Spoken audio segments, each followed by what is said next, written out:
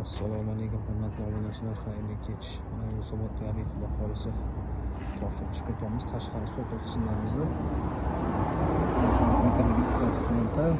45 o'pishik formaga berganmiz. Keyin 5 tali, keyin 9 tali. Bosma plintslarimizni yopishtirib berganmiz. 6 sm plins bo'libdi. Bu yerda hammasiga xasga uchgan. Shunday ekan.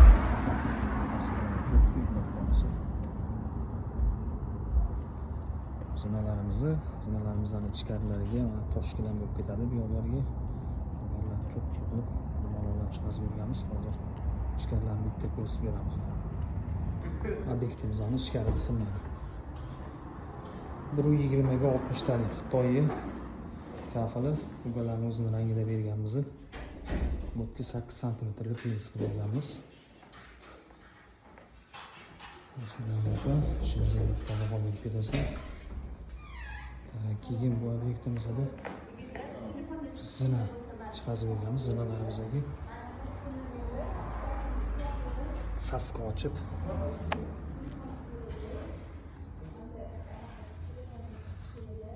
plintslarimizni mana bu uy egalari o'zi 45 chiqazishimizni xohlamadi. Mana shunaqa terishimizni xohladi.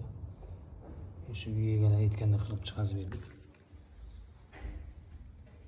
Zinalarimizni 120 ga 60 talik O'zbekistonning kafilida.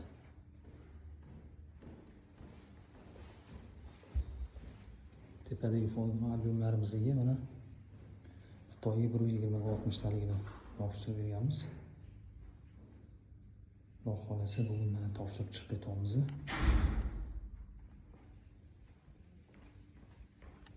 Bu obyektimizda yana sanuzel tualetlarimiz bor.